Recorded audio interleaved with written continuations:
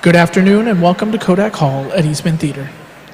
Before we begin, we ask that you take note of the fire exits located throughout the hall. Exits are positioned along the right and left sides, as well as at the back of the orchestra mezzanine and balcony levels. In the event of an emergency, you will be alerted by an automated fire system with instructions. If notified, please proceed calmly and orderly to the nearest exit. For the comfort of those around you, we ask that you silence all cell phones and smart devices to avoid disruptions during today's ceremony. Thank you.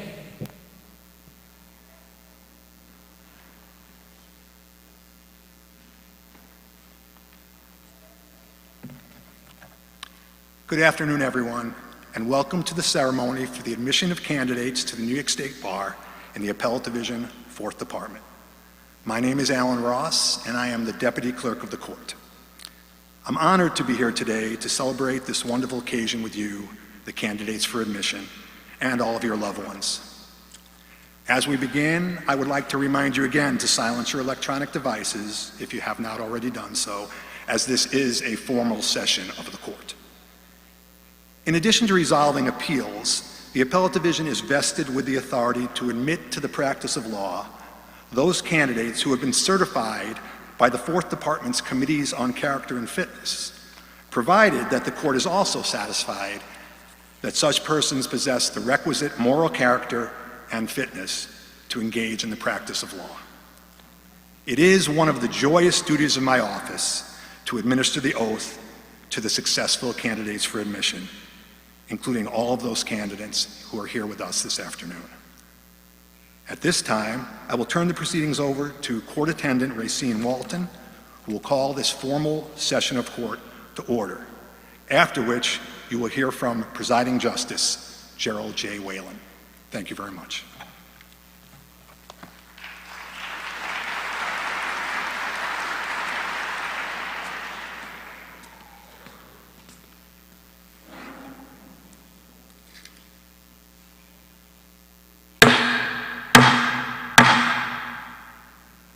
All rise. The Justices of the Appellate Division, 4th Department, the Honorable Gerald J. Whalen presiding.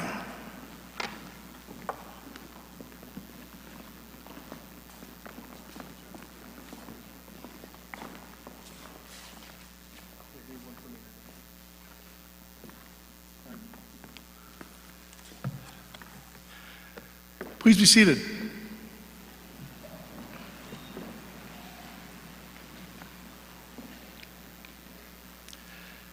Welcome to the January 2026 Bar Admission Ceremony for the 4th Judicial Department.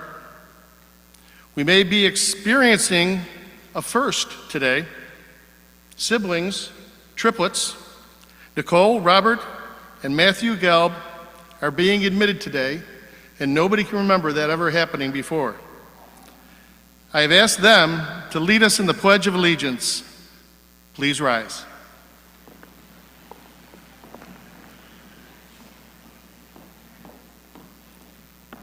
Welcome. The flag's right there. And begin. Pledge allegiance to the flag of the United States of America and to the republic for which it stands, one nation, under God, indivisible, with liberty and justice for all. Thank you very much.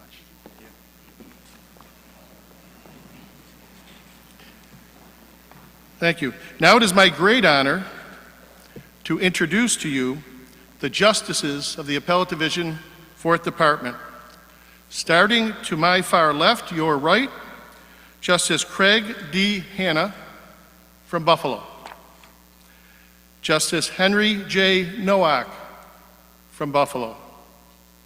Justice E. Jeanette Ogden from Buffalo. Justice Mark A. Montour from Buffalo. Justice John M. Curran from Buffalo. And our keynote speaker, the Honorable Amy C. Martocci.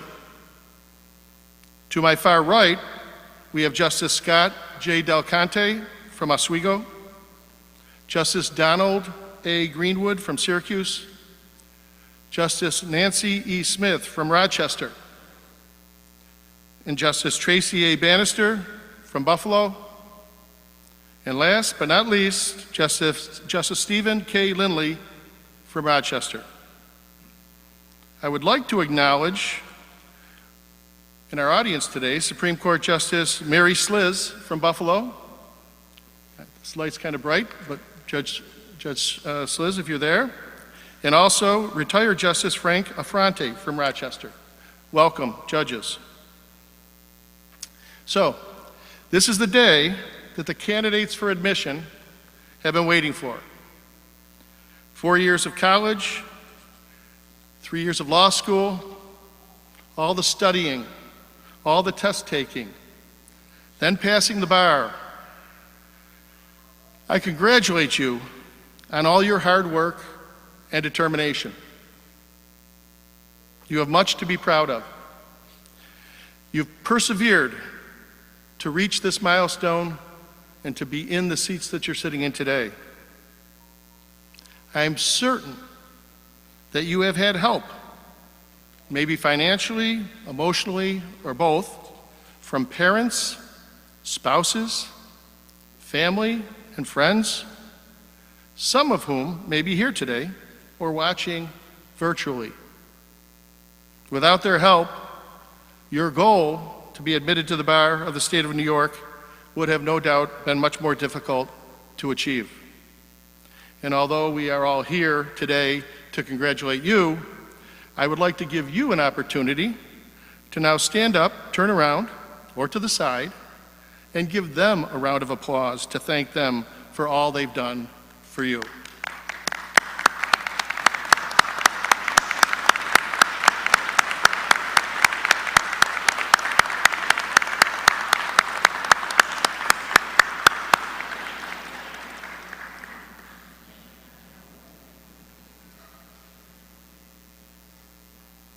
As you have prepared for this milestone in your lives, I'm certain that you've also been keenly aware of the history that is being made throughout the various courts, both state and federal, all involving lawyers and law firms engaging in litigation that will impact our nation both socially and politically. Extraordinary times present a unique opportunity for the legal community, those with a license to practice law, to play a pivotal role in how our society functions.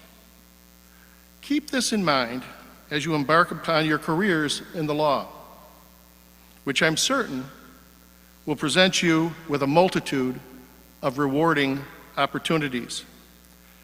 I suggest that you embrace the opportunity that exists today to make a meaningful difference in our society and the lives of those most in need. There are many local organizations through which you can offer your legal expertise to assist persons in need of pro bono representation in a wide variety of practice areas. And I encourage you to sign up and help where help is needed.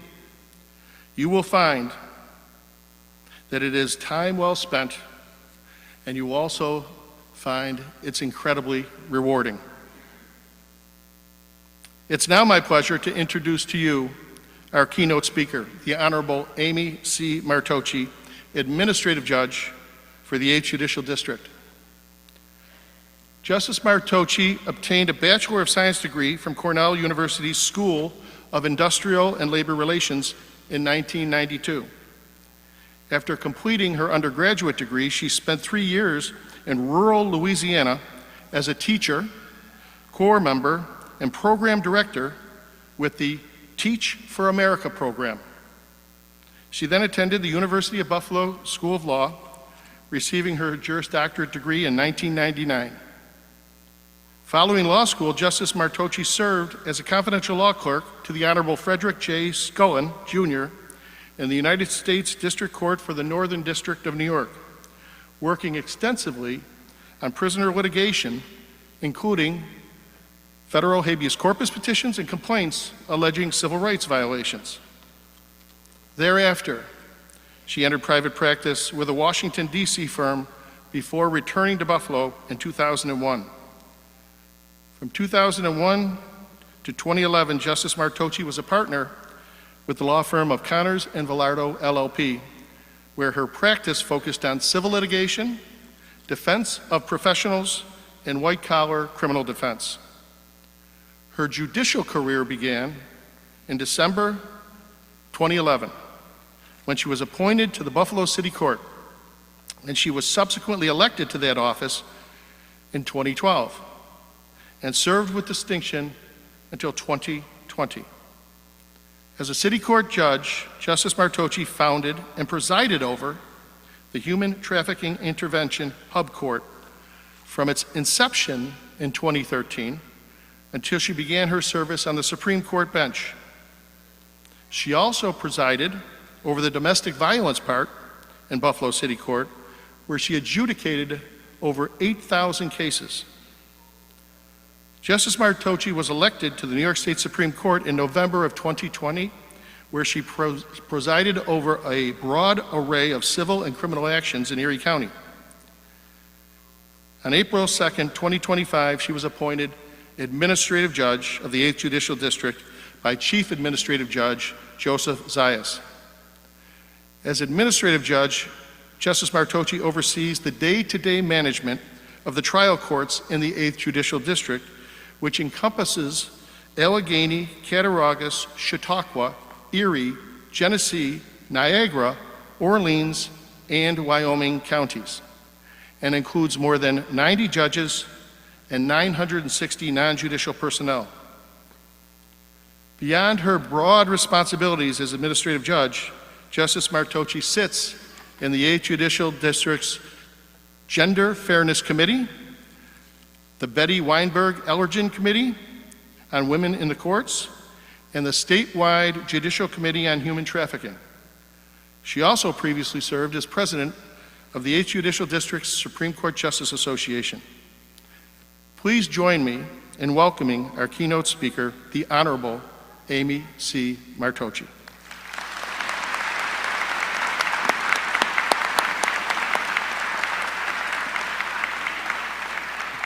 Thank you very much, Presiding Justice Whalen, for that kind introduction. I want to thank you, members of the 4th Department, for inviting me to be here today. 26 years ago, I was sitting where you're sitting, and I never, ever would have thought that I would be here 26 years later. So it's an honor and a delight to welcome you all here on this special day when you're admitted to the practice of law. You're taking an oath today that reflects deep responsibilities entrusted to the members of our profession. And while it is a moment of great accomplishment for all of you, as Justice Whalen noted, it is also for your families and your friends a great moment for them, because we all know you don't get here alone. So again, to the families and friends who have been supporting you, making you dinner, driving you somewhere when you needed a ride, however it may have been that you were receiving support, thank you to the family and friends for doing that. So today is a milestone, but it's not the finish line. It's the starting point. You've earned the right to call yourself a lawyer through discipline, sacrifice, perseverance, and that matters. But really, I want you to focus on what are you going to do with it? And as you think about that, I would ask you to consider, what is justice? And I will ask you again later in my remarks, what is justice? Throughout the history of our nation, lawyers have made a significant difference for the better. If you go back to 1863, Abraham Lincoln, a self-taught lawyer, delivered the Gettysburg Address. It consisted of just 272 words. It took approximately 3 minutes to deliver, and it resides in the annals of history as one of the most significant speeches ever given. I suppose on a superficial level, it taught us that brevity can have a profound impact. But it also highlights that our bedrock societal values distill to and flow from sacred principles. The most sacred of them is the promise that all are created equal, articulated in the Declaration of Independence, and then refreshed and reimagined through President Lincoln's words in Gettysburg. A new freedom was called for, the extension of our nation's core principles and promises to all people at all times. That, I submit to you, was a demand for the extension of justice. So I ask again, what is justice? Maybe, as Lincoln suggested, it is the act of ensuring that the core promises and bedrock values of our nation always do, truly and faithfully, extend to all. And if that's what it is, then how do you and how can you pursue justice as lawyers? There are some fine illustrations in the New York State courts about this very matter. One of the most famous cases, Lemon versus the people of the state of New York, was a pivotal case where abolitionists fought for the freedom of 8 enslaved individuals who happened to be traveling through New York State on their way to Texas. A lawyer and abolitionists brought a habeas corpus action, and in this landmark ruling, it was decided that by traveling, the act of traveling through New York rendered those individuals free. This remains one of the most important civil rights cases in U.S. history. In that case, the concept of justice evolved and stepped closer to the principle all are to be treated equal. About 150 years later, in this very court in the 4th Department, a different kind of freedom was addressed and upheld. In 2011, the New York State Legislature had passed the Marriage Equality Act, which, for the first time, permitted same-sex couples to marry in the state. The legalization of gender-neutral marriage was challenged in a lawsuit that proceeded here to this court, and in a significant victory for same-sex couples, the statute was upheld.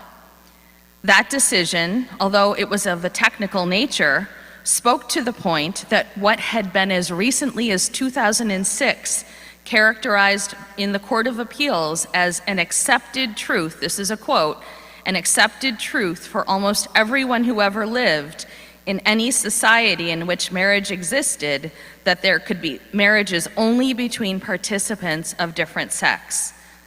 That was no longer the narrative truth, and certainly no longer the legal truth. Justice for those seeking to marry the person they loved was reimagined and done.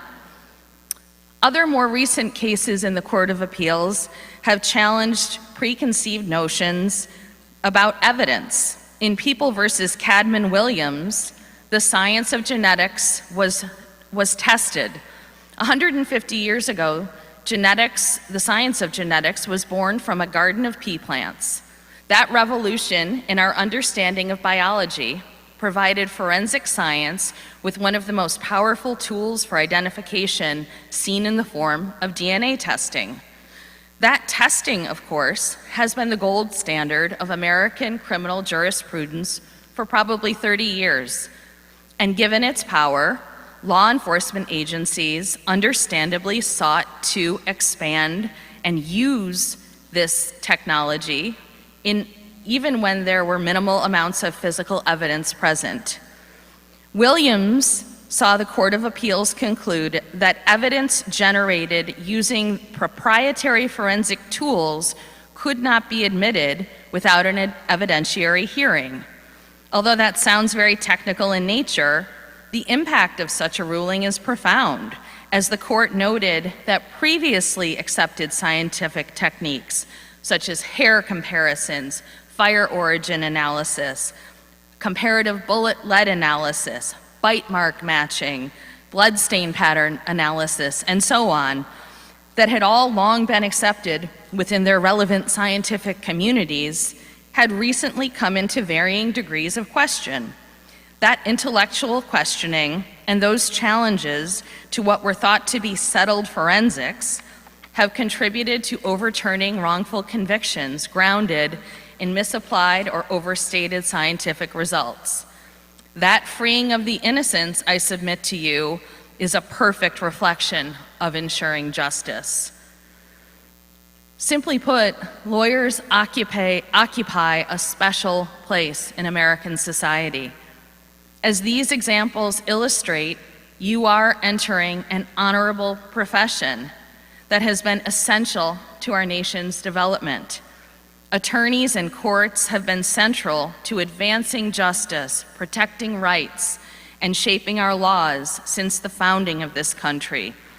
But the law is not just a profession, it is a public trust. People will come to you in moments of fear, conflict, loss, and even hope. They will rely on your judgment, your honesty, and your courage. Never forget that behind every case, there is a human being whose life may be changed by how seriously you take your work. You will learn quickly that being a good lawyer is not about knowing everything. It is about being prepared, being curious, and being ethical, even when no one is watching, especially when no one is watching. Your reputation will be built on one decision at a time. Protect it fiercely. In our communities, nothing matters more. Be the person who does the right thing. Civility, integrity, and reliability are not soft virtues. They are among your most powerful professional tools. And when you enter the courthouse, remember that you will be judged not only by what you say and the words that you use with the judge, but your actions with everybody in the courthouse. How you treat the court officers, how you treat the stenographers, how you treat the people who are cleaning in the hallway. It all matters. There will be days when the work feels overwhelming, and others when you question whether you are making a difference. In those moments, remember why you came to the law. Use your voice for those who cannot be heard, your skills to solve problems rather than create them, and your influence to strengthen, not erode, confidence in our justice system. So for the last time today, I will ask you again, what is justice? Is it kindness? Is it fairness? Is it equality? Is it truth-seeking? Is it toughness? Is it character? There is no perfect answer to the question, but I would submit that it's all of these things and more. Undoubtedly, your views of justice will change and evolve as your careers do, and they should progress and evolve. As the great Thurgood Marshall once wrote, justice requires that the Constitution be interpreted in light of evolving standards of decency. So as I conclude in welcoming you to the bar, remember that justice is achieved through honesty, diligence, and the courage to fight for what is right, even when that is hard to do. Now, more than ever, we need each of you at your best. Welcome. We can't wait to see what you'll do.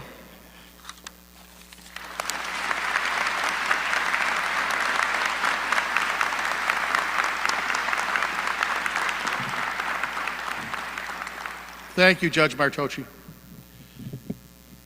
The time has come for the candidates for admission to be sworn in as attorneys and counselors at law.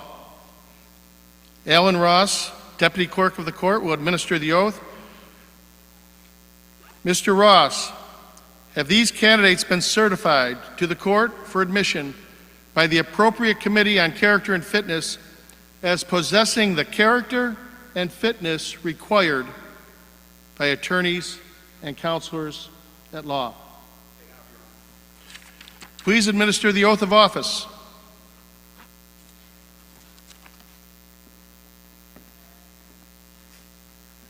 Will the candidates for admission please stand? Please raise your right hand and repeat after me. I do solemnly swear that I will support the Constitution of the United States and the Constitution of the State of New York, and that I will faithfully discharge the duties of an attorney and counselor at law according to the best of my ability. Congratulations, counselors.